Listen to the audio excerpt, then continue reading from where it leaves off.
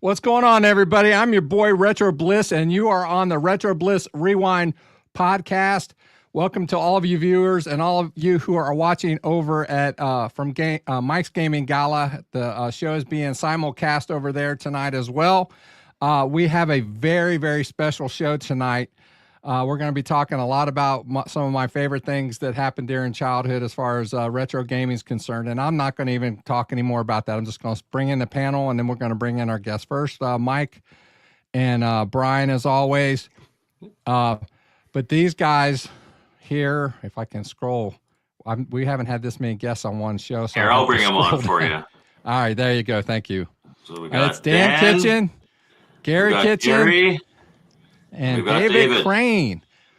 You guys, most of you probably do know who these guys are, but we're gonna let them tell us a little bit about themselves. But I'm gonna kind of go a little bit over who they are. First of all, they each are programmers, and they have credits, and they have a lot of credits, not just for the Atari 2600, because that's my first love, but they have programmed for other platforms as well. And I'm not even going to try to go over all of them. I know from what I saw online that Dan was involved with a minimum over 100 projects. So very, very impressive. But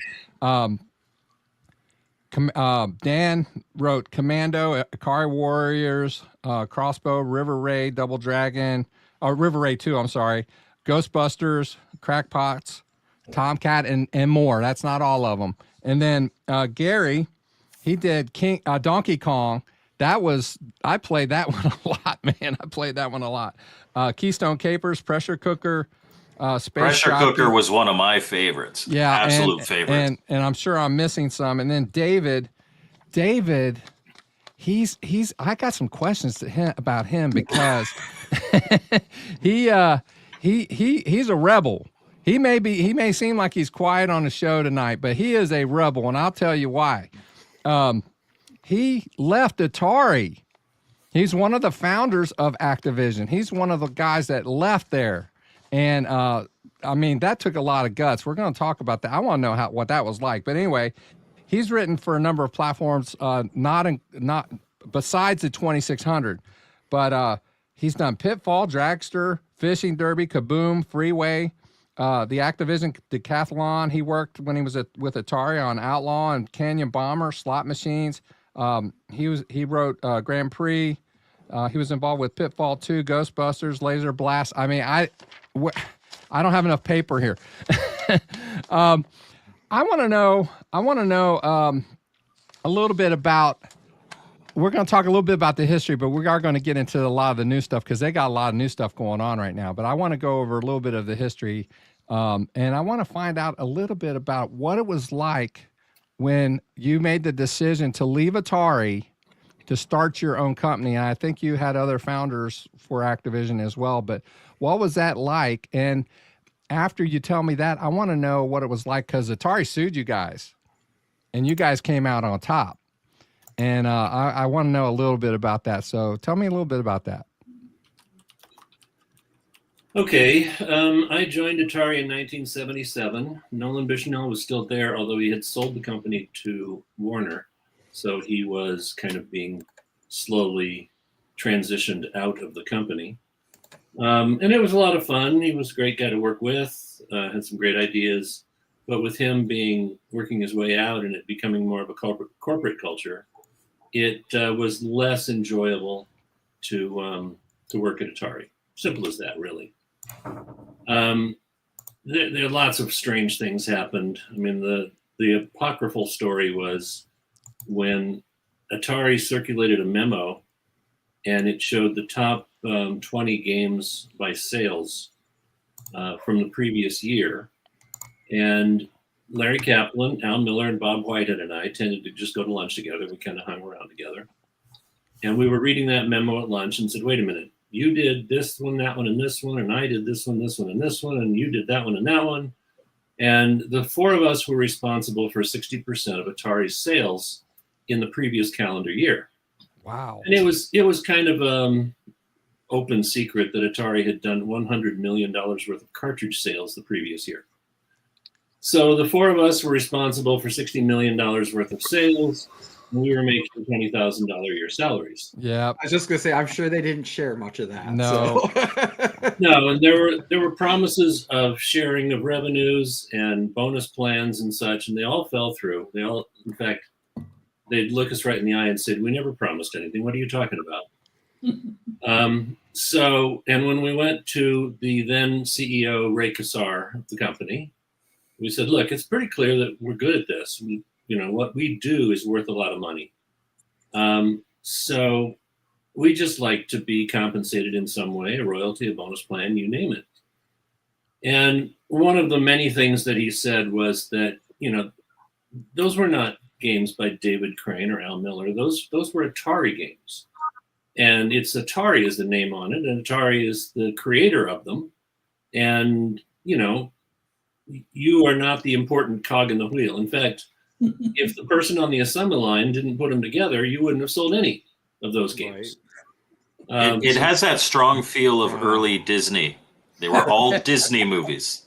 Oh yeah, we had a lot of experience with Disney after Walt Disney, But anyway, so that was kind of the last straw. In fact, one of the senior vice presidents who was in that meeting walked us out and he said, "It's been nice knowing you guys," because he obviously knew that was it. That would be the last time. Mm-hmm. So yeah, we went and tried to decide how we were going to create a company. We thought about just becoming a consulting company and doing games back for Atari and just getting our money that way.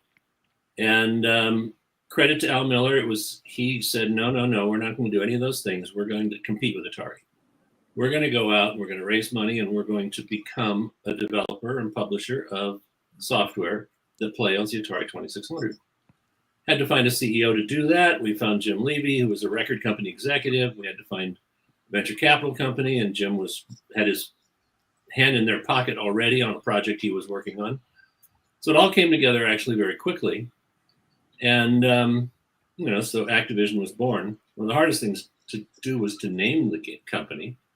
We finally settled on Activision. And when you look back, you say, how could it ever have been anything else? But if you ever tried to name something, it's really very difficult. And we knew that Atari would try to sue us. So we contacted the most well-known intellectual property attorney in the Bay Area. His name was Aldo Test. And we met with him and he said, look, you leave with the shirts on your back. Don't take any technology. Don't take anything. And there's nothing they can do to you because your skill is in your head. And they don't know what's in your head. And it's also because it's a California company, they can't even force you to sign a non-disclosure or a non-compete or anything. So all that kind of happened very fast. It was about a 3-month process. And we opened our doors in October of 1979. Now we had to make games. So we managed to crank out 4 games in pretty much just 3-4 months. Because we were working almost 24 hours a day and for yourselves now. Working for ourselves. The hardest part, when Atari made the Atari 2600, they made it because they wanted to have a game console in your home that they could sell their arcade hits on. Remember, Atari was an arcade company. Mm-hmm. They had Pong to start with, the best known arcade game ever. Computer Space, but more than that, the Tank and they had 15 or 20. Canyon Bomber, Depth Charge, and a whole bunch of these really nice arcade games. So they said, we're going to put out a home game, and our programmers in the back are going to create home versions of our arcade hits. And that was their plan. Well, when we started Activision, we didn't own any arcade hits. So every game we had to do had to be at least in some way original idea. We borrowed from some game concepts like, Freeway, borrowed from Al Alcorn's Space Race arcade game. And we were influenced by some of these games, but that was really the hardest thing. Fight your son. Come on. What's that? Bite your I tongue? said, bite your tongue. You're being recorded, for God's sake. We were inspired by those games. Yes, inspired, right. Nothing was a copy. So anyway, that's when Activision was formed. We did have to go through the lawsuit. I was the first person deposed. And by the time we mentioned that we had been coached by Aldo Test, they just started taking coffee breaks and not asking any more questions, pretty much. We were we followed the law. We did what we were supposed to do, and we went off to just use our own skills and our own brains. So that gets you right to the starting of it anyway. So how'd these guys get involved with Activision? Because if they weren't founders, they came in after. How did that happen? Well, when we started the company, we had 4 programmers, and we didn't use the term programmer because we were much more than that. We were game designers. Now that's all kind of split. You have people in those big teams that are programmers. Some are game designers, some are level designers, some are testers. We did all those things ourselves in one person. But Levy came to us and said, well, we've got to expand. We got to grow. How do we, build this company up? I said, well, we're going to need more guys. And that's where Garry came in. You can tell that story. We were 3,000 miles away, Dan and I. We were in New Jersey. And that was actually the most appealing part of our group to Dave, because they didn't want anybody in their building messing with their chemistry. So when they heard there was a possibility to get another group of designers ready-made, because we had 4 or 5 people, and they would be so far away that we could never go in and mess with them, they said, hey, that sounds great. But what happened was Dan and I were working in an independent company doing engineering. And at that point in time, we were working in toys, electronic toys, which were very new. Mattel Football had just come out a couple of years before. And we we're very fortunate in that industry and got a couple of products marketed by Parker Brothers, which were big successes and won awards. So we kind of laid the groundwork. But all the press toward the end of that run started talking about this video game machine on the West Coast. And then I read about it and I saw that this little upstart company had spun off and was doing wonderful things, Activision. And what did you think about Activision spinning off and doing that? Oh, it was pretty cool, and we wanted to do it. So I went to my boss. I went to my boss and said, we should do Activision. Do what Activision did. We should do Atari cartridges. And he said, I run the company. You go back to your desk. I was making $11,000 at that point. It was, I wasn't making enough money to be smart enough to come up with an idea. So 3 months later, he called a meeting and announced to the company that he decided that we were going to work on the Atari machine. God, it was just complete brilliance. So I volunteered. It was my idea to reverse engineer it because I hadn't worked for Activision. I hadn't worked for Atari, had no access to documentation. So I bought it, spent 6 months ripping it open because I have an electrical engineering degree, figured out how it worked, wrote a manual, and then wrote Space Jockey, 2K game. Yeah. As soon as I finished Space Jockey, I left that company and went out on my own. Dan left with me, and we set up a little 4-person company in the basement of my house. And John Van Ryzen was among us, hero. John always tells the story of how awkward it was. His father was like this senior vice president of a big pharmaceutical company, very corporate guy. And he would go, wait, tell me again what you're doing? You get up in the morning, you drive to someone's house, and you work in their basement? He said, yeah, that's what I do. So low overhead that way, right? yeah, low ceiling too, because it wasn't watch the pipes. Yeah. So we ended up. I ended up getting a contract with Coleco to do Donkey Kong, Now, if you think about it, at that point, there were very few people in the Western Hemisphere who they could have hired, because most of the people that knew how to do that were either at Atari or Activision. So, I was the best because I was the only one. So they hired me. I did it. And as that project was ending, I decided, all right, what are we going to do next? And Dan, at that point, and the other guys in the shop were working on Apple software, publishing Apple games. And I picked up the phone, called Activision's main number, asked for product development, got a guy on the phone who said he was the head of product development. I explained to him that we're in New Jersey, sitting in the basement writing Atari games. And he basically didn't believe me. He said, nobody does that. Did you work for Activision? Did you work for Atari? You can't be doing that. And I said, all right, I'll let Coleco know that when I'm done with Donkey Kong, I'll do another game for them. And he said, oh, wait, hold on a second. Don't be rash here. And he ended up coming out. We met. We went to California, met with the guys out there, and joined. And that was June of '82. So I have a question about Donkey Kong, and I've heard you talk about this on another video somewhere. I can't remember what it was. Yeah, I can't imagine what the question is, but go ahead. I know. There are people who think that you did Donkey Kong a certain way because Coleco did not want, or Nintendo or whoever owned the rights to Donkey Kong did not want the port to be better or as good as the arcade game. And so, but that's not the case, is it? What happened? Phil, those people are called flat earthers. Just remember. It was really, the question was really, they didn't want it to be as good as the ColecoVision. Yes. Because they were selling a new machine. Now, the first question for anybody who has a brain is, how could you imagine that any game on the Atari 2600 could be better than a ColecoVision game when the ColecoVision had so much more capability? I mean, it was an impossibility.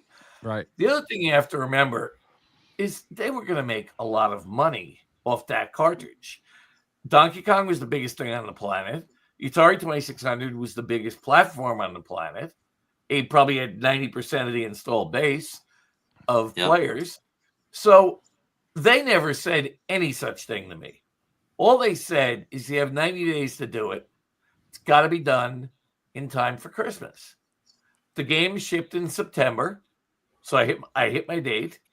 And an analyst report came out in January after Christmas of 1982, and it said that out of 550 products they had on the market that year, including Cabbage Patch dolls, swimming pools, Little Tykes driving, and everything else, and ColecoVision, and all the ColecoVision cartridges, out of all those products, my little 4K ROM represented 25% of the total company's revenue.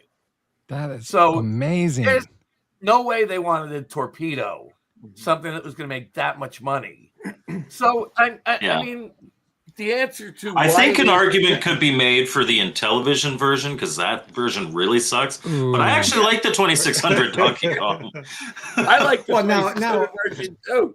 Well, also, the simple fact is, I couldn't take more ROM. It was 4K. I couldn't go to 8K because there was no time. They weren't going to let it miss Christmas so that it had the, elevator level. But forget that. Right. They wanted it in the stores in September. They were going to sell every unit they manufactured, and they did.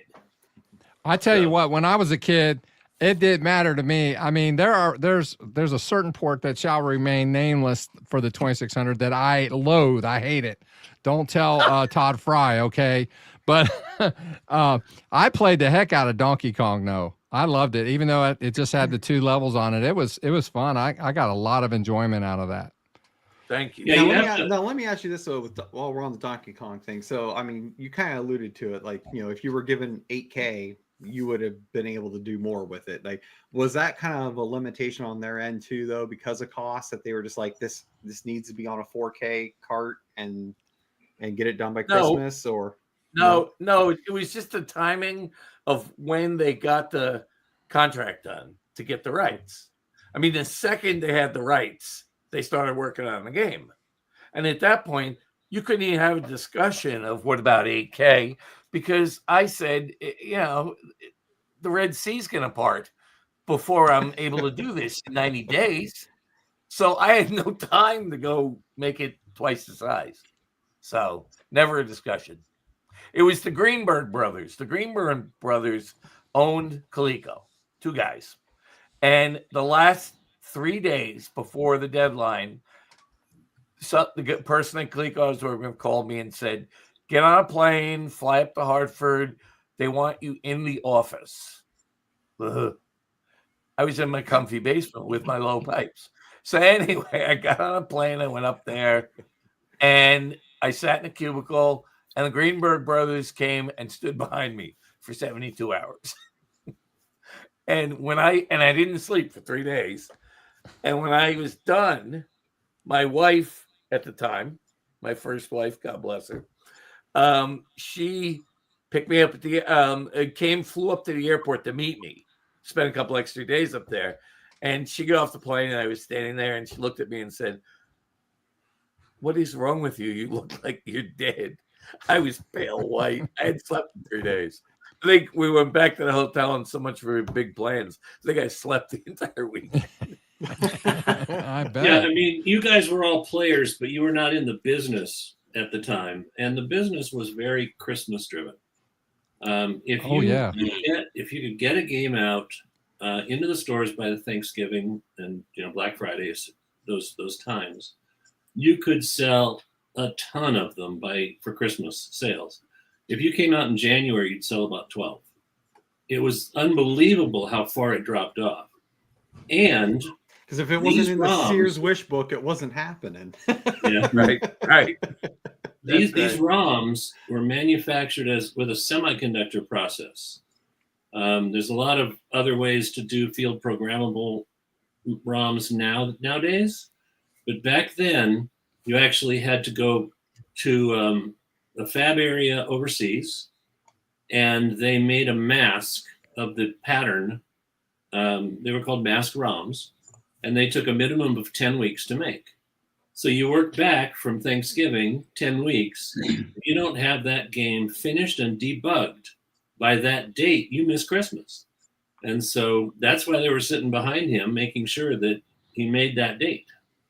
Yeah, and all the elevators in the world weren't going to make up the money of them missing Christmas. They could care less. Make it good, get it done. Did they compensate you properly when they sold that many games? I want to know that. No, of course not. Do you know any video game guys, except for the later years, that have been compensated properly? Dave and I and Dan always say that we're very akin to old-time baseball players. You see Orlando Cepeda or, these other guys, Sandy Koufax, and you see how great they are and how astounding they were. And they had $50,000 salaries.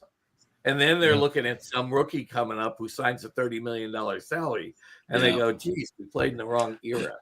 So, I was compensated fine, but no, I did not buy a jet. So you joined Activision. How did Daniel get in? I'm sure you had something to do with that. Oh, you both came together. Okay. All right. Yeah. How'd that happen? I brought a design center with me. I basically said, all right, we have 4 or 5 people. I think it was 5 people. We're all going. We'll open an Eastern office. So we opened the Eastern Design Center, which is a design center Activision office in Glen Rock, New Jersey, directly next door to a Nabisco factory that made Oreo cookies. And that was insane.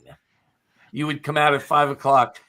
One of the guys said the traffic was so bad on Route 208, right out of our building and right next to the Nabisco factory, because everybody was slowing down. They were rubber nosing. They were taking their noses and sticking them out the window, smelling the Oreo cookies. So we opened an office, and Dan came, and John Van Ryzen came, and some other guys came. So we It wasn't hire one person. It was hire the team. But Dan earned his place in that meeting. Of You course. came out and met with us. Yes, explain that, Dan. Explain that famous Well, meeting. I mean, keep in mind at that point we were enamored with the four designers, probably as much as you guys were. I mean, we were their fans. We were fanboys. So we went out to California. We saw Atari one week. Then we flew out to see Activision, and we were sitting in our cars waiting for the meeting to start. And we would see Dave or someone pull up, and Dave Crane came out and Bob Whitehead, and we were just starstruck. Oh my God, that's Bob Whitehead. You know, we were like watching a premiere of a Hollywood film. The red carpet was out. But we went into the meeting, and Al Miller had just finished ice hockey. And in the conference room, there was an Atari set up with a TV, and we met with the guys. And Al asked if we played games, and Gary said yes. And Dan plays ice hockey, and he plays quite well. And Al looked at me and slid over a joystick and said, "You want to try?" And so in the meeting, I sat and played Al Miller and beat him at his own game. You know, head to head. Because I had great head-to-head games. I could get behind the net and kind of flip the puck right in, and Al Miller didn't realize you could do that.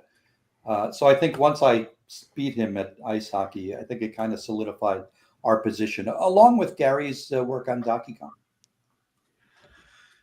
And Did you see this comment?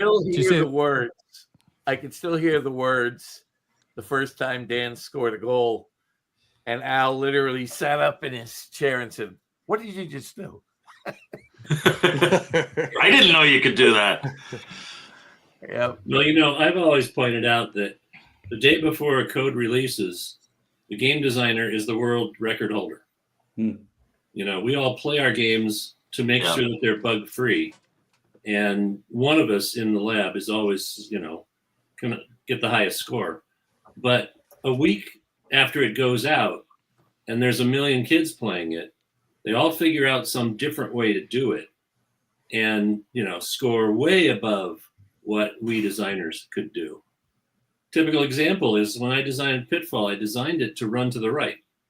And if you did run to the right, it was a way to learn the game without having to read the manual. You would encounter the easier obstacles. You'd learn how to jump. You'd learn how to climb. You'd learn how to swing. And then you know, before you ever saw a tar pit or alligators. And you'd have a vine over the alligators the first time you encountered them, but then you'd have to jump over their heads the next time. Them darn alligators. Yeah. And so I designed it that way on purpose. And then somebody just started running to the left.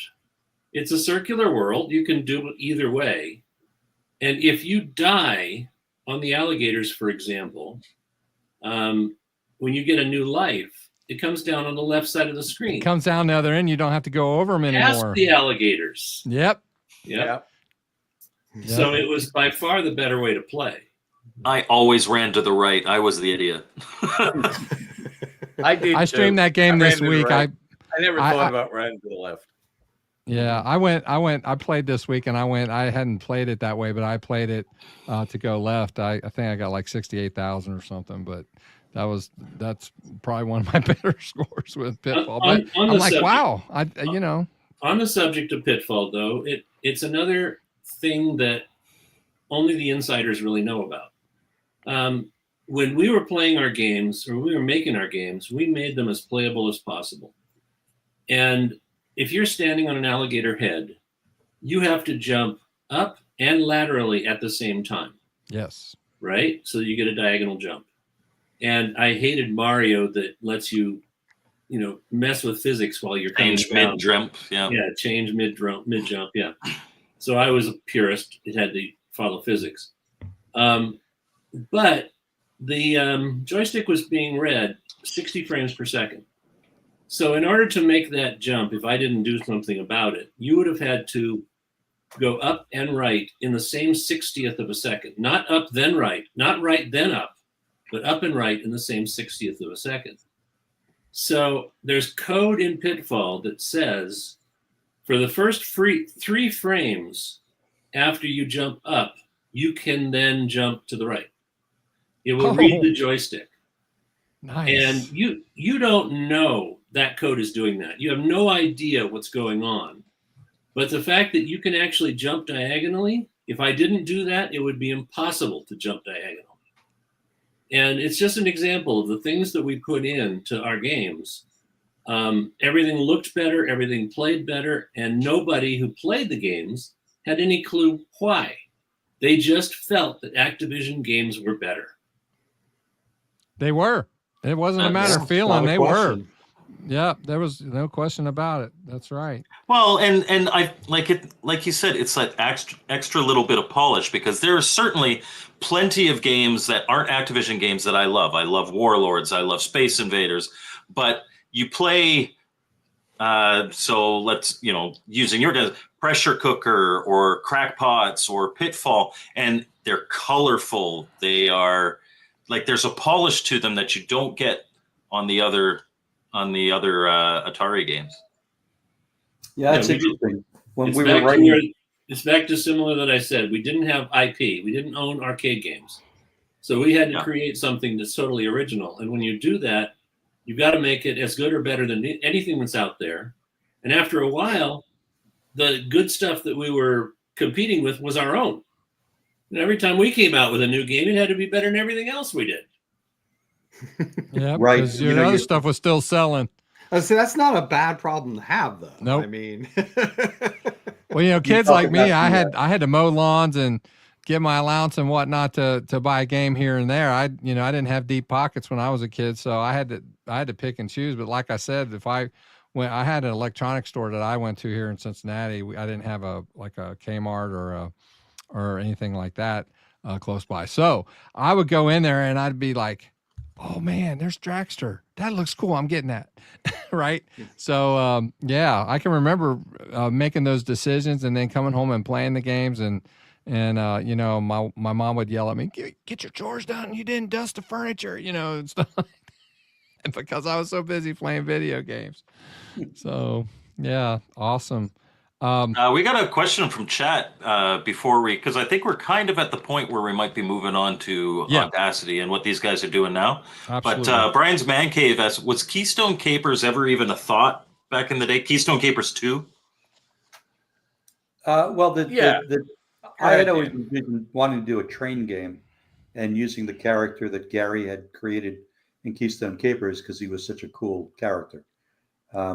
That was the initial thought of, hey, I'd like to do a game with a train, and he's a good character to put on there.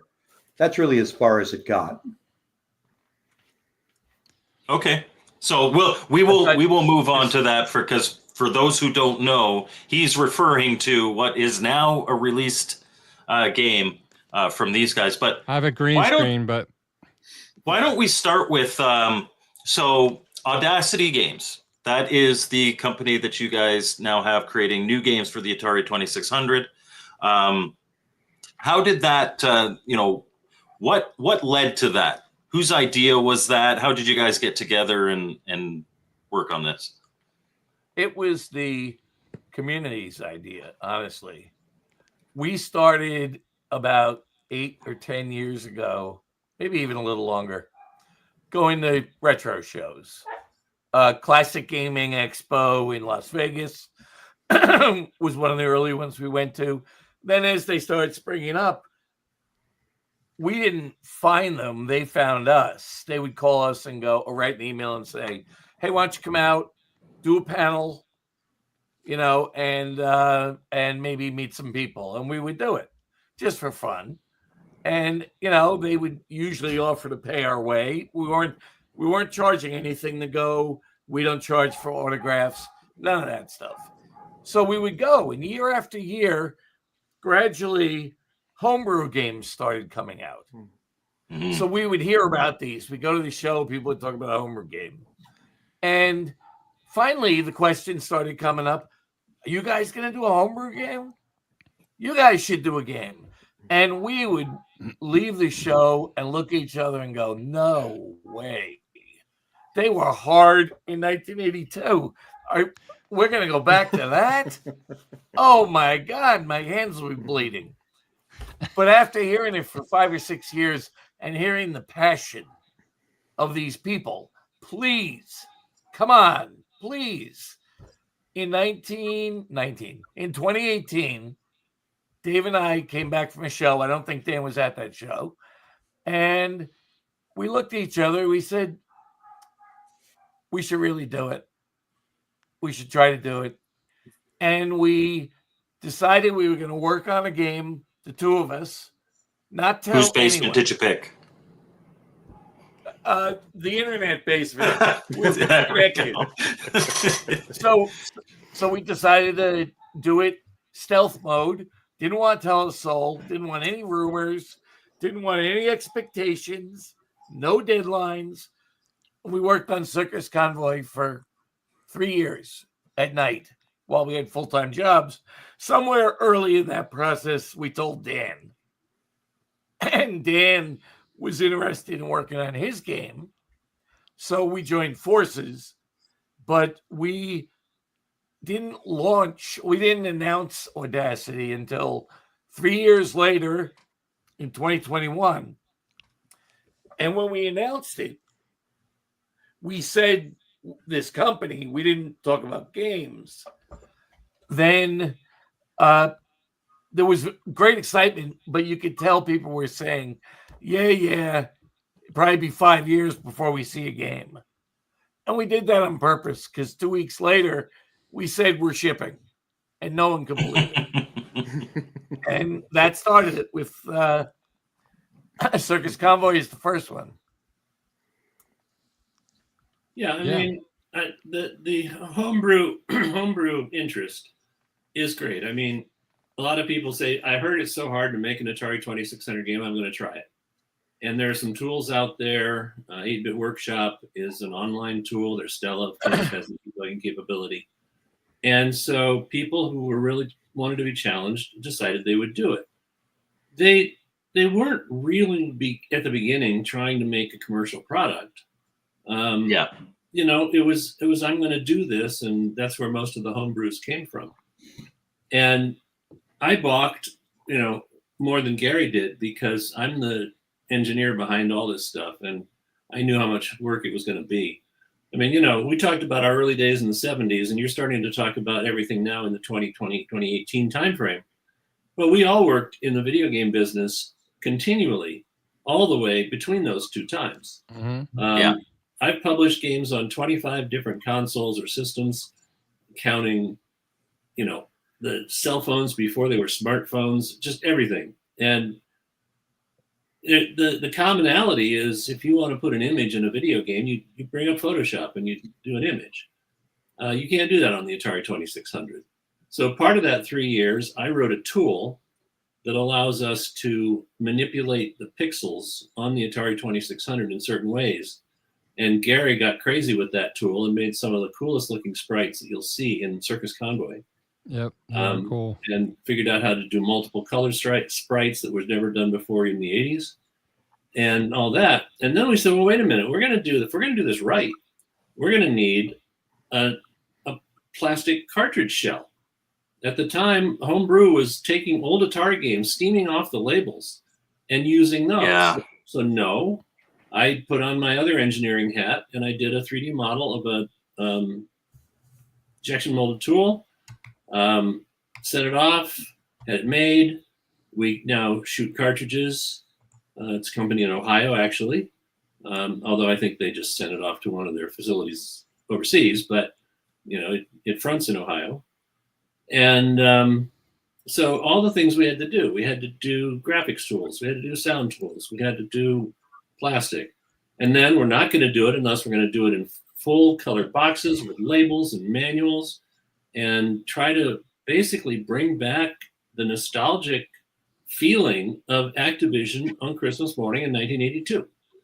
And we achieved that. In fact, we have the high score patches, just like Activision used to. And we basically created all those things because that was the only way we were going to get into this business.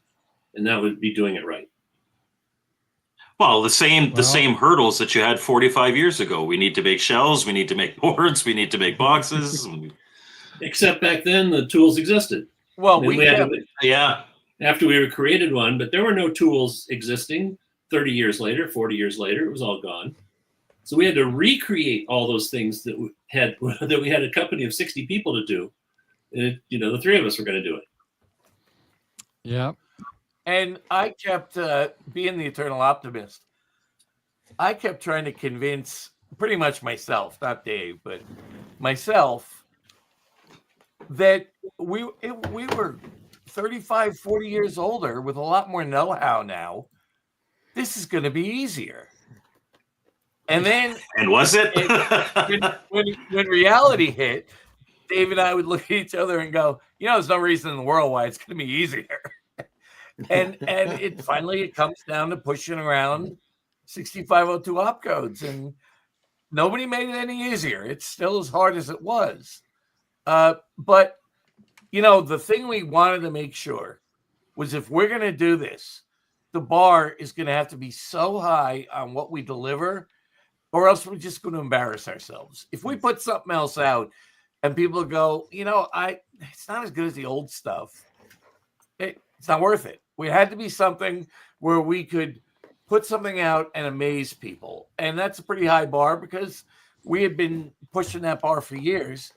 And that's why Casey's Gold took so long, because the same thing. We had set a bar for Dan on Circus Convoy, and we wanted to make sure that Dan eclipsed that with Casey's Gold. And I think the audience response certainly shows that he did. Response has been great. And it's funny that you mentioned that, and kind of like that nervousness of coming back. As a Canadian, obviously I'm a big hockey guy, and there are a lot of people who retire playing hockey, and they get invited to go play shinny with somebody, come play with us and all that.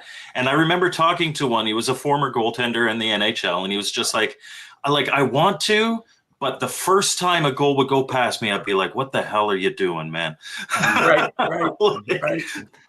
And one thing because it's a good time to bring it up, and because that's why I shut my screen off the second, so I had to stand up and go grab it. So, like, when you talk about having, setting the bar there for the quality, I mean, without a doubt, like, for what the cost of your guys' stuff is, I mean, it is definitely high quality stuff. And as an example, obviously, we have, Casey's Gold, great game, because I got the collector edition, so I've been doing the digital, so I didn't open it up yet. But just to compare it to something else that arrived at my door today is Save Mary, from the XP line, which costs technically just as much if you didn't do the collector edition. But like, I look on the back of Save Mary, like, I mean, when you think about the design, like, what was actually the effort that was actually put into it, like, not much effort was put into this. And I mean, just all that open space. And like, when I feel the box quality itself, like, I could probably put my finger completely through this box right now if I press down, where like this actually has, some strength to it. And that's just where, again, kudos to you guys for actually taking the effort to make a top quality product for the price, because that's something that, I'm going to like this still, but it's still disappointing that, at the price point they asked for this, that this is the quality we got at the end of the day. Not to mention, it takes forever, and half the time with Atari, the packages are damaged, or there's a problem about. Yeah. Oh yeah, Casey's Gold came in less than 2 weeks. And I know, we got it. This took over a year. So. Exactly, that's my point. None of the games from Atari come with a pocket watch. No. Nope. Very funny. I mean, look, we take great pride in our customer service. Somebody has a problem, they reach out to us. We respond as instantly as we can. We fix the problem, we turn it around. I mean, this company is all about relationships with the community of people, because they're the ones who talked us into doing it.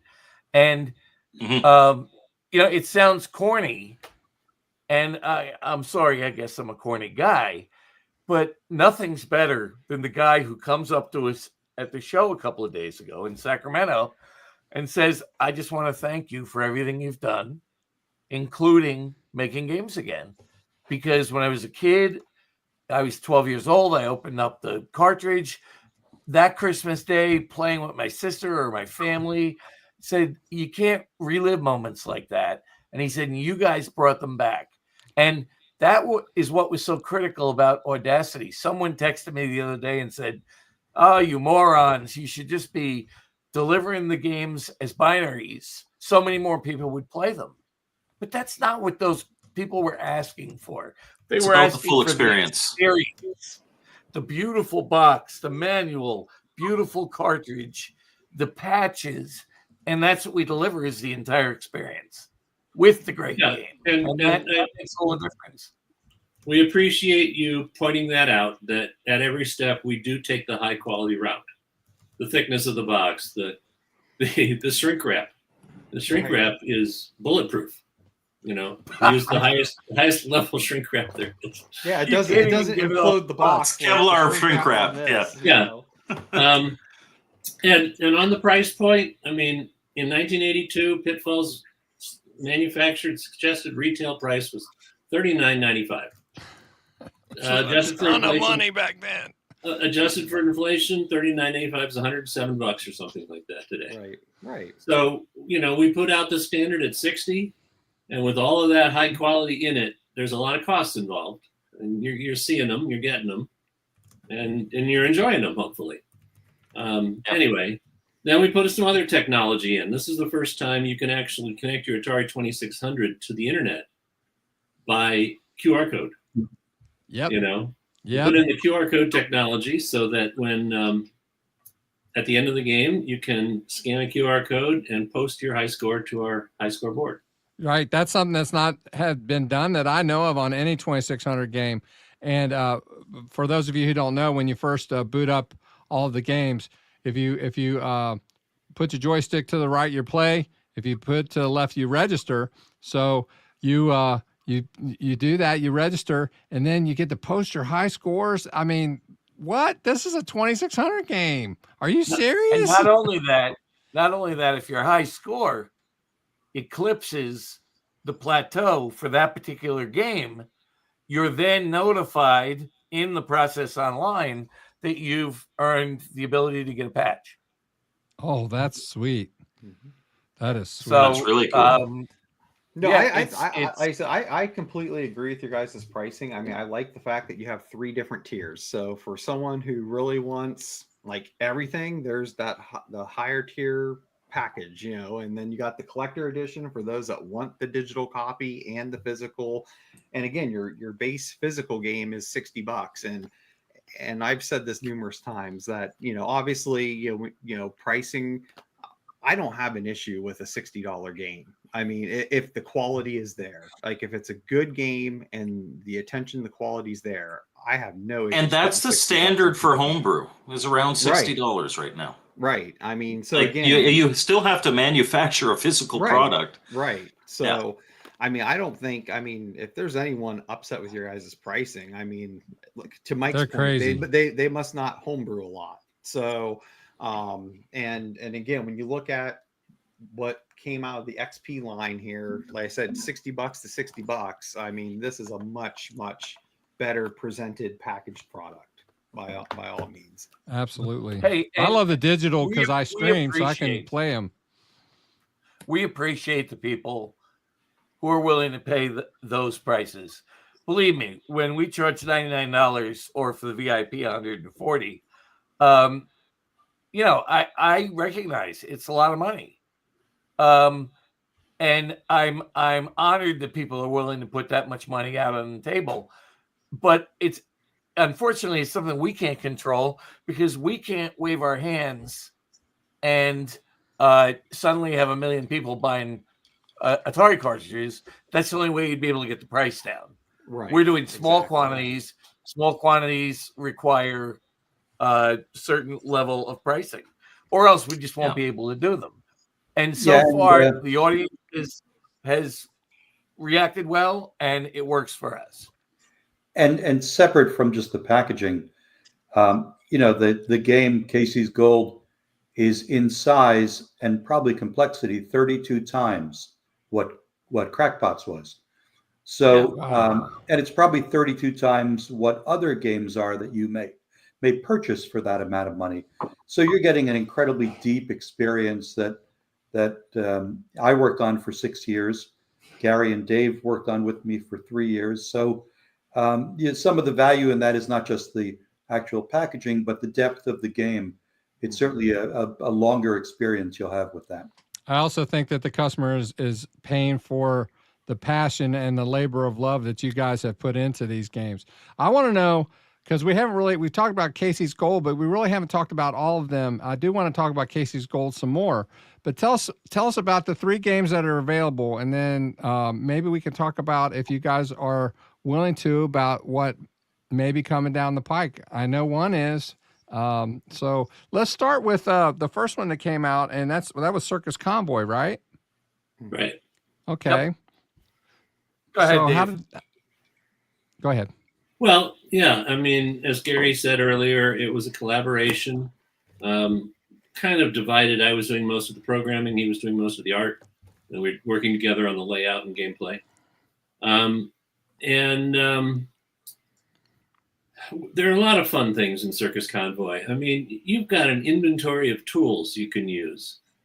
You never had that in an Atari 2600 game. You had that in some PC games back in the day, but you have complete inventory. The upper left-hand corner where you can see your object is actually a trick I do that makes it look like there's a transparent background on the sprite that's letting the background show through. Atari 2600 doesn't have transparency. It doesn't have an alpha channel. So there's just a lot of fun stuff that's in there. Like I said, some of the coolest art, the giraffe, simple little giraffe, but by using the tool that I created and Garry creating with it, you'll never see anything like that on the 2600. The clown is the same way. Those characters just generally could, and then of course there's the snake, which is basically a 50-foot long snake according to the character's height. That's one of, if not the biggest sprites ever displayed on the Atari 2600. So we put all the stuff in there and then tried to make the game really enjoyable. I think the maze that you have to go through is great. The way to figure out how to unlock certain things, get into them, play the mini games that are inside the truck trailers. Anyway, we like it. A lot of people do, and it's like the quality is just amazing. And we kept adding to it. We would get to the point where we had the hundreds of screens of the world and a couple of mini games, and we'd look at each other and go, we still have ROM left. We should do another mini game. Maybe we should do another mini game, because part of it was that paranoia of, we're going to make a statement. We have one shot to do this, and it better hit the mark. And I am so glad that we did that with Circus Convoy. And to a great extent, we did it as well with Casey's Gold, where we kept going to Dan and saying, a little more, let's try this, let's do that, let's keep plussing it up so that we don't, so we really amaze people when they get it. Let's address Copper Mutant, I think it was, question a couple questions ago. Yeah. Yeah. We also got kind of ornery and said, we're not going to use any fancy hardware. We're basically going to have a ROM in a cartridge just like we had in 1982. So technically, the game that you play from Audacity Games could have been done in 1982. Would have been expensive in 1982 because it uses a large ROM. ROM size, yeah. The irony is that you cannot buy a 4K or 8K ROM. I went out to my digital supplier and said, what's the smallest ROM I can buy? And it was 128 kbytes. So, and it was the same price as what a 4K byte ROM used to be back in those days. So that's the only concession to modern times, is the ROM is bigger. But there are people out there who put ARM chips in it, and that's just a different philosophy. I can't really complain about it because I was the first to do that with Pitfall 2. But with Pitfall 2, we loved the Atari 2600 so much that I went and created a chip that would expand the capabilities of the 2600. And it did not keep the 2600 alive for more than 6 more months. And Pitfall 2 became the only chip to use it, the only game to use the chip. We have a very important question here. Do any of you guys feel bad about giving John Van Ryzen tennis elbow? Well, I'll tell you laugh, but it's an ongoing problem. It's affecting his ability to write another game for us. Yeah. Oh dear.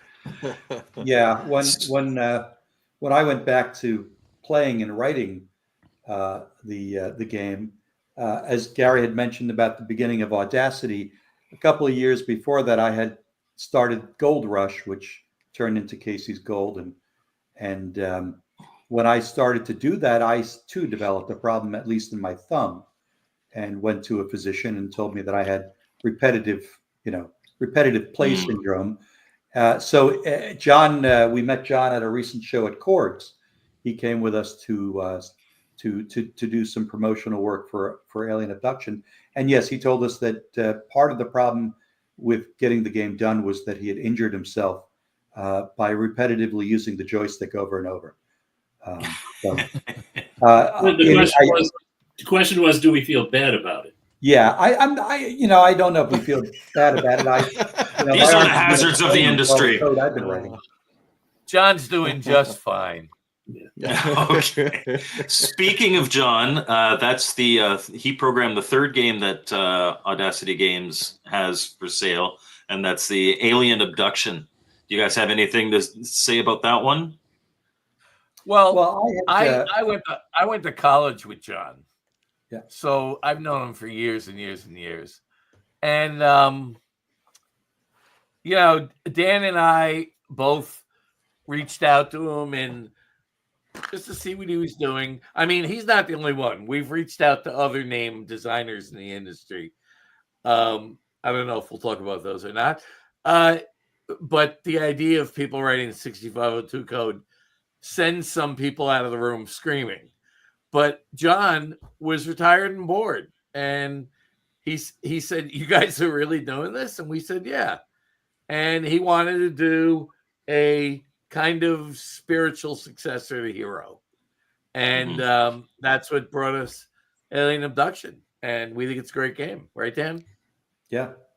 Everybody's wanted a Hero sequel for years. Here we got it now.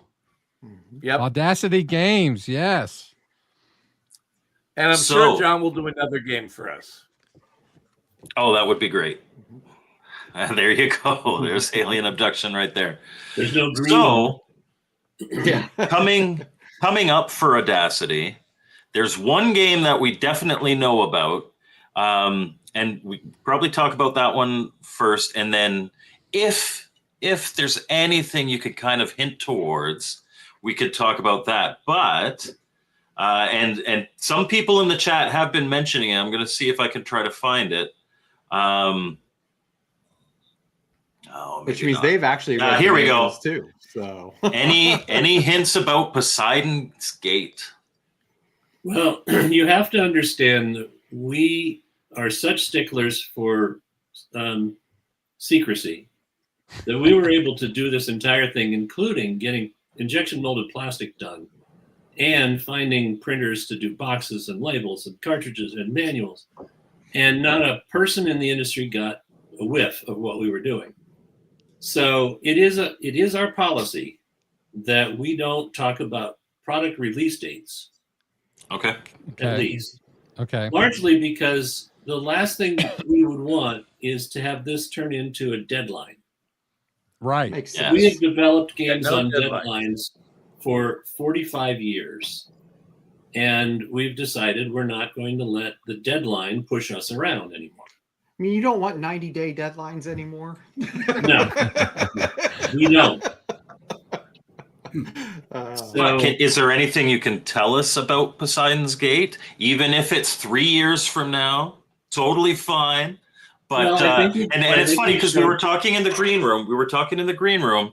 And you said you guys very sneakily put this at the end of the manual, and that's why very few people seem to know about it. Yeah, I think we included the box cover, which tells you that the game is pretty far along, because we have to do all of that creative. Everything has to be done, the boxes and the manuals and all that, and that's well underway. And you can infer from the box cover that it is an underwater adventure. With Poseidon, with the name Poseidon, I thought it'd be a skydiving game. Oh yeah, Sarcasm. Well, the description is in the back of the manual as well. The page that covers Poseidon does describe a little bit about what you're doing. So that's a lot about the game. I wouldn't want to say anything else, because I may have features that I put in the game that I don't like. And, every once in a while in a 45-year career, I have developed a game start to finish and is completed. And I play it and I said, this isn't good enough, and put it on the shelf. I will literally abandon an entire project if it's not good enough when it's done. And Garry has this philosophy that he's learned when developing a game, and how you know it's fun. What we have to do is iteratively, 15 times a day, you write a piece of code, and then you upload it into the machine, and then you grab the joystick and you play it, right? This is how we have to do this. You move the joystick to the right and the guy runs to the left, that's a bug. So you go in and you change the code so that it works correctly. That happens 1,000 times, 2,000 times, 10,000 times during a development project.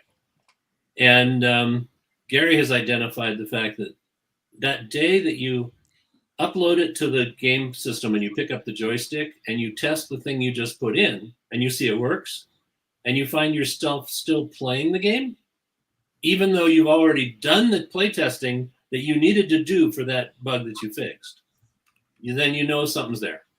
If it forces you to want to keep playing, even as you're developing it, then we know it's there. And like I said, there are times entire games never reached that point for me, and I just abandoned them completely. I wish I'd saved the source code, I suppose, just for posterity. But the video game business has never been very good at saving their history. Yes. Thankfully, the National Video Game Museum, those guys actually went to Atari and Activision and dumpster dove outside just to try to find some of the stuff that was being thrown away.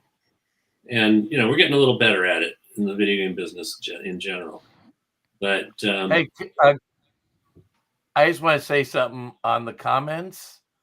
When we were talking about the ARM chips, we have no problem with people using them. And we are huge fans of John Ciampo, who is on the list right here. Yeah, John does great stuff. We are great fans of John Ciampo. We love his games. And John's good to see you here. And, everybody has their own way of doing it. John does great games. We don't, there's no ill will about use an ARM or don't use an ARM. No, although he clearly feels the same about you guys. We've tried to talk John into doing some work for us, and he said, without the ARM chip, are you nuts? That's true. It's true. He's got his own thing going. He cranks out at least 2 a year. Pretty much by himself. So but he is using the ARM chip, but still.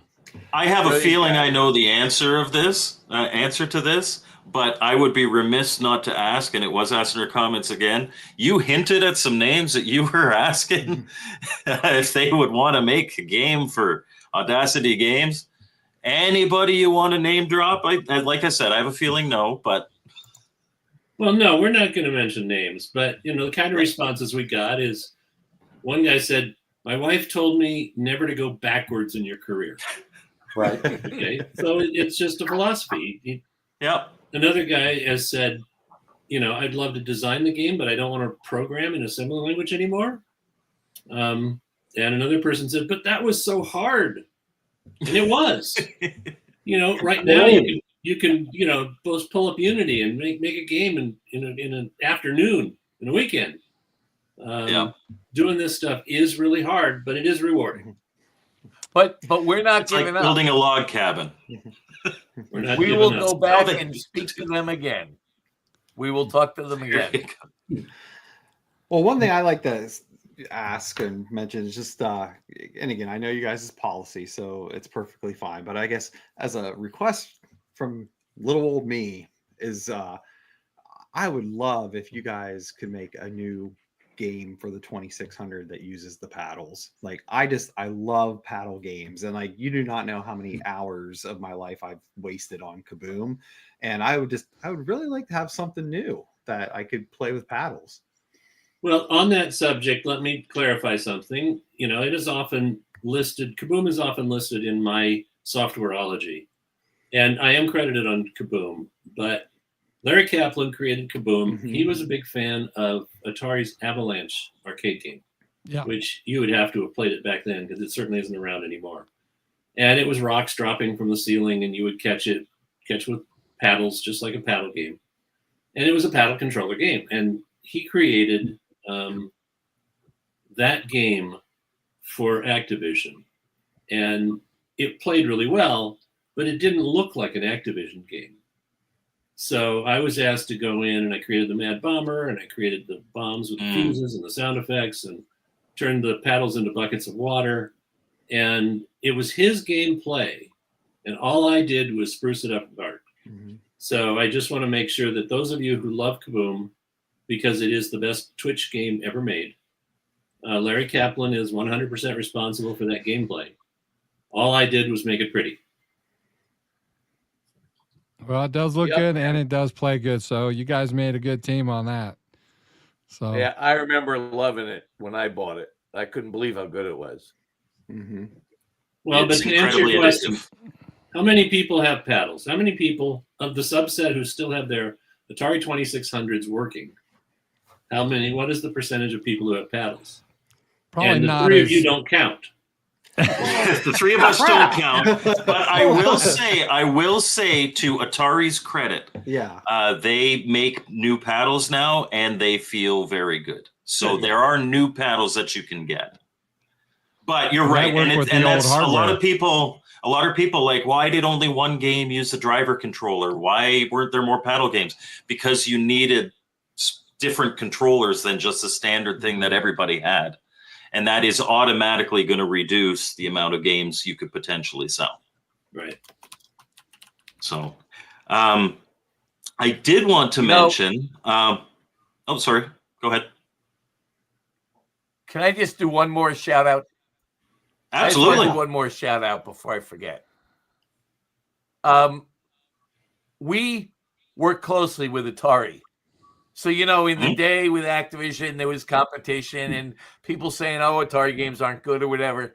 No, we have great respect for Atari. We have great respect for Wade Rosen. He's doing a good job getting that, getting them back into the game business, where essentially for years, God knows what they were doing. But since he's taken the helm, and it's funny, we decided to do 2600 games. And then after, a year later, was when they released the 2600 Plus. If anybody thinks we decided to re-enter the market to support the machine, it's actually, we did it ahead of time. But we're thrilled with the 2600 Plus, the 7800 Plus. We are thrilled with what they're doing, and we partner with them whenever we have a chance. So a buddy of ours who's a good friend of the channel, this is off topic. His name is, he's known as the Intellivision Gamer, and he has his own channel, but he just saw a couple of you guys at one of the game cons here, I think over the weekend maybe. SAG. And he said, his name is Casey. And he said, Dan named the game after him. Yes. I just want to point that out. I do remember Casey. Yeah, I did not know that, but it may be true. I just don't remember that. It was so long ago. I did. Go ahead. I did want to say that I would be remiss, because last year on my birthday, I played Atari games with all my kids as a video on here on YouTube. And my youngest at the time, an 8-year-old girl, when I told her that I was going to be talking with you guys, she wanted specifically to mention, because this was the game I played with her, that she loves Freeway. So little kids, even now, still liking the old Atari games. And I introduced all my kids to Atari very, very young, like 4 years old. So they have their own little nostalgia for it before they moved on to their PlayStations and their Xboxes. But there was one question that was in, and I'm going to actually combine a couple of questions.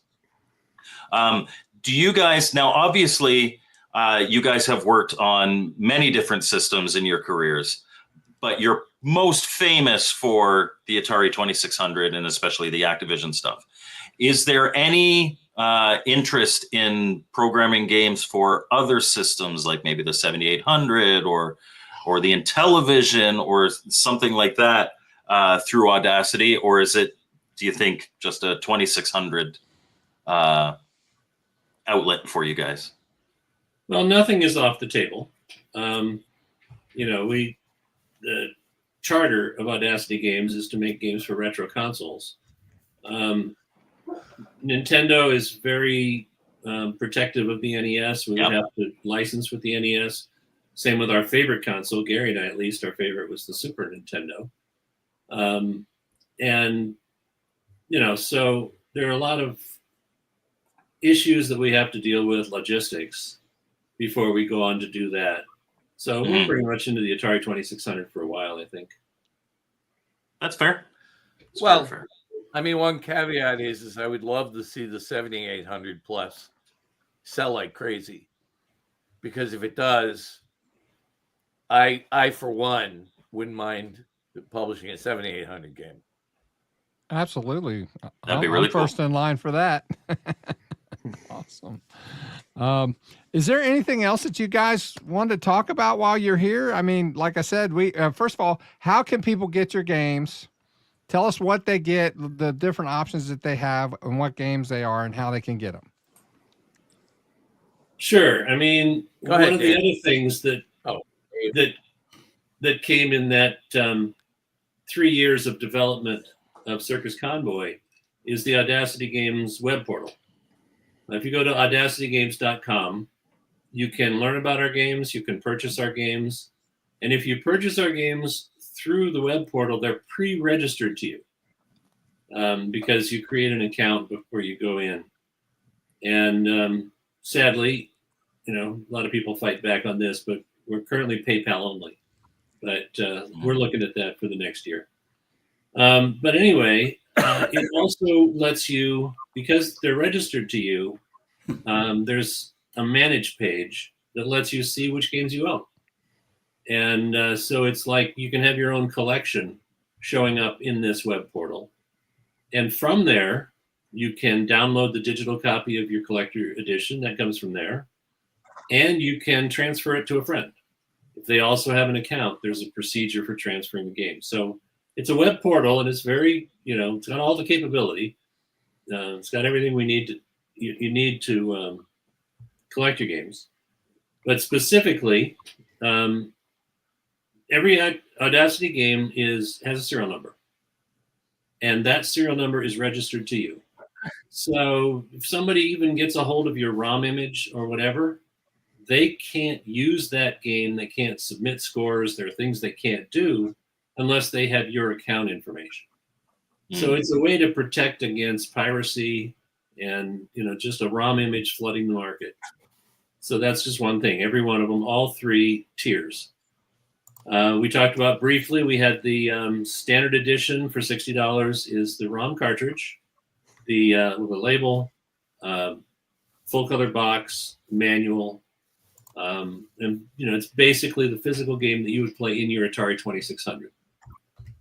We do a collector edition, which is $99, and it's basically two games in one. It has everything that the standard edition has, plus a hologram serial number on the box, which matches the hologram serial number on the certificate of authenticity that comes with your collector edition. You're a collector, you understand why you want that, right? And then the digital copy that everybody wants to be able to play the emulator when they don't feel like plugging in their Atari. So that's is a good value if you want to have the game to play on the Atari, but you also want to be able to play it on an emulator. Interestingly enough, when you submit scores, it knows the difference between whether you played on the original hardware or whether you played on an emulator. And so you're going to find some people who say, my score might be lower than yours, but mine is on the hardware and not on an emulator where you could cheat. And so my score is better than yours. Yeah, Stella, you can change speeds and stuff like that. Yeah, exactly. So it does keep track of that for those people who want to, want to brag. On the subject of what every game does, every game has an elapsed time.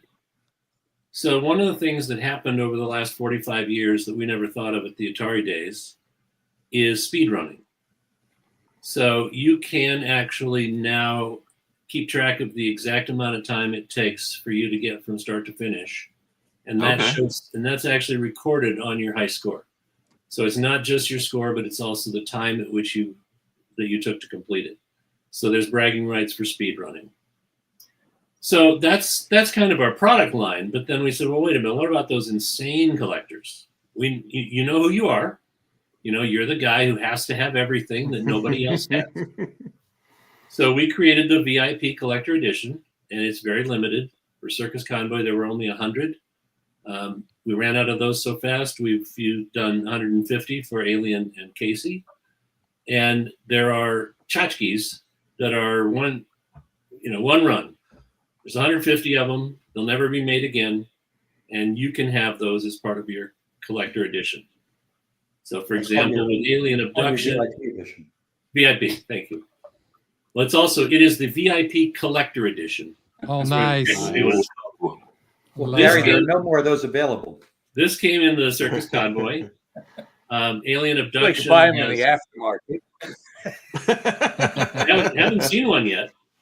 Alien Abduction comes with a full-size poster that's the equivalent, the same poster that's Impact with the collector edition, but it's a beautiful thing all by itself. It's not folded up. It's like the marquee posters outside a movie theater in the 50s for a science fiction movie. And it's all Gary's creation, and it's beautiful. Full-size poster comes with the VIP. The hat, Gary's wearing the Casey hat, but not the alien hat. Every Put on your alien hat. Put on your alien hat. I don't know where it is. Don't know where it is. Been abducted. I knew where this was. and also a little alien figurine, right out of the game, basically. Casey, the VIP, has a hat and a beautiful pocket watch, conductor's pocket watch with a chain and pop open. I don't know what material it is. And a logo. It's not. That's right. It's engraved for the game, and it's not gold. It's probably not brass, but it's shiny metal.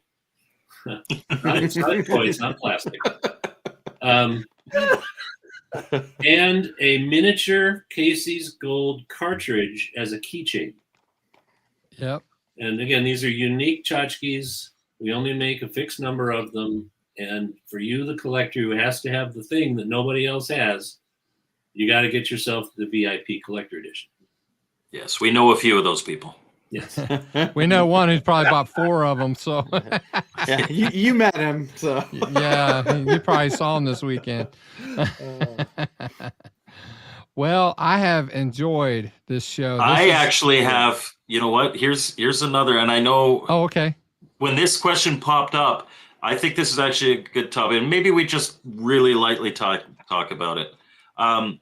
Obviously, the homebrew scene, there's a lot of hacks, there's a lot of ports of classic games, and you guys, as authors of some of these classic games, have had ports of your games made or hacks of your games made. What do you guys think of that? Well, speaking for myself, I love it. Fine. You want to take my ROM and make some changes, change the graphics? Great. It's no skin off of my back. Make something cool. That's great. I imagine the other guys feel the same way. Yeah. Well, I recently a version of Keystone Capers was done. What was it done on, Dan? What platform? RT. It was a 7800. 7800. 7800. Keystone Coppers, yeah. And my only comment was, and I commented this on Facebook, I said, if they're going to copy my game exactly, they should at least give me credit for the design. Which they do. Yeah, I did a review of that game. On mine. Yeah. And I in the credits of the game, you are mentioned there as the original designer of the game. Okay. Yeah, I'd rather see it on the front of the box. Big bold letters. Yes. Garry Kitchen's Keystone Capers is now Keystone Coppers on the 7800. I've always been so my channel, I review primarily, I review homebrew games. That is my primary thing. I do many reviews of original 2600 games and stuff like that. But the main thing on my channel is reviewing homebrew games. And I did review that one. But a big thing for me is ports are a huge part of the homebrew community, and I enjoy these ports. They're well done, absolutely. But you had made a comment on Facebook about original games, and I've always kind of leaned to that as well. I think I think homebrew is the future of a lot of these systems, and I love I'm happy to play ports. I like ports, but I get excited about new games. Mm-hmm. So that's always been my position of it. And I think I remember that comment. I think I remember the comment I made. And I guess where I draw the line is if you're going to do an exact copy of one of our games, it's a great way to learn, because if you don't know how to make an original game. Absolutely. But give it away for free. Don't monetize an exact copy of someone else's intellectual property. That just doesn't sit well. That's just me. I hear you. I absolutely respect hear you. that. I respect that. Right. And then if they are going to monetize, share some of the wealth, right? Let me. Well, I mean, sorry. Yeah, go ahead, Dan. Go ahead. But it's not about me getting money. It's just it's kind of just protecting the integrity of intellectual property. That's all. I got you. Okay. To change the subject, I saw somebody's comment come up. No, we do not have an electrician in the family. Oh yeah, that was a lighthearted question I was going to go to. There were just 3 of us. I don't know if my mother wanted any girls. But I did want to just circle back before we finish on a couple of things I've noticed from watching people play Casey's Gold. And I know that no one reads the manual, and I thought I would mention a few things here to help those who do not read the manual. That jumping on those plungers on the trains will open hatches of the exact color. So a yellow plunger will somewhere on the train open a hatch that's yellow for you to go into the cars. You can move the barrels in the town level by jumping near the barrel, keeping the fire button pressed, and running into the barrel. You'll push it right or left, and that'll help move the barrel to where you need it. And I did notice some people struggled with the broken ladders in the mine levels and the town levels, where you just simply jump and push up, and you'll grab that ladder and be able to go up and down.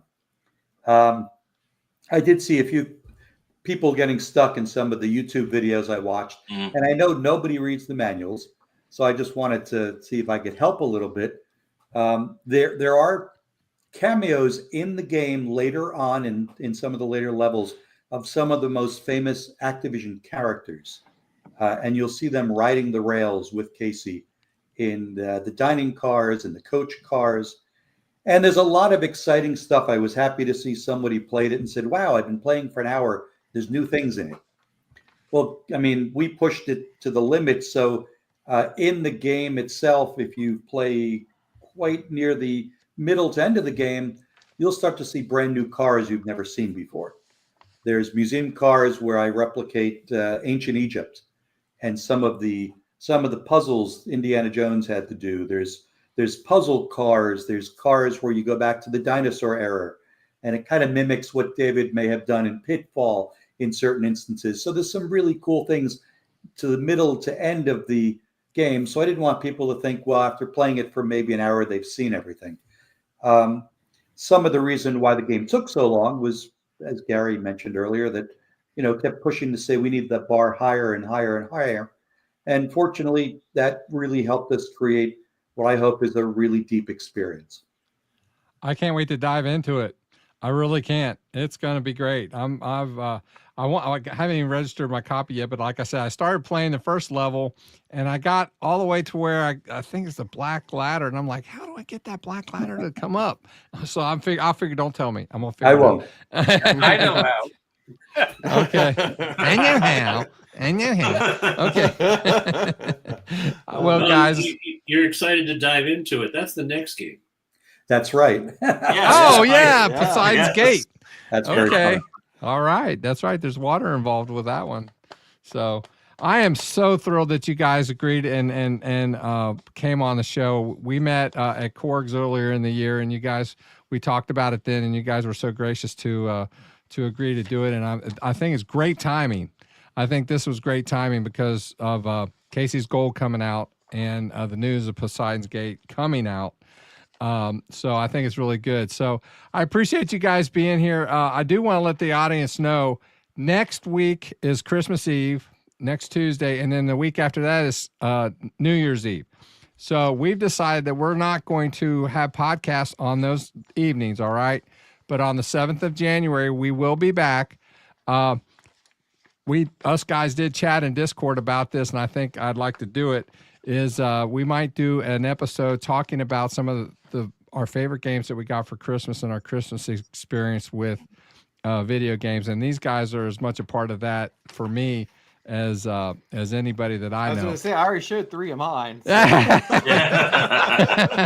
And we're still getting the chills for what we can get for Christmas. So, all right, guys. I do want to. Atari boy here wants me to say hello to you. Apparently, he's done your box art. He did the art for the hats, and Yes. Yeah, I John just has like done that. a So he great wanted job, to say Yeah. hi. John, Thank you, good man. John. We love your work.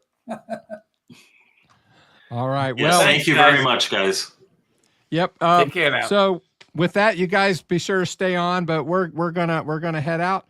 Thank you so much for everybody watching. This has been one of my favorite episodes ever, just because I can reminisce a little bit. So we'll see you next time on Retro Bliss Rewind. Take care. See ya.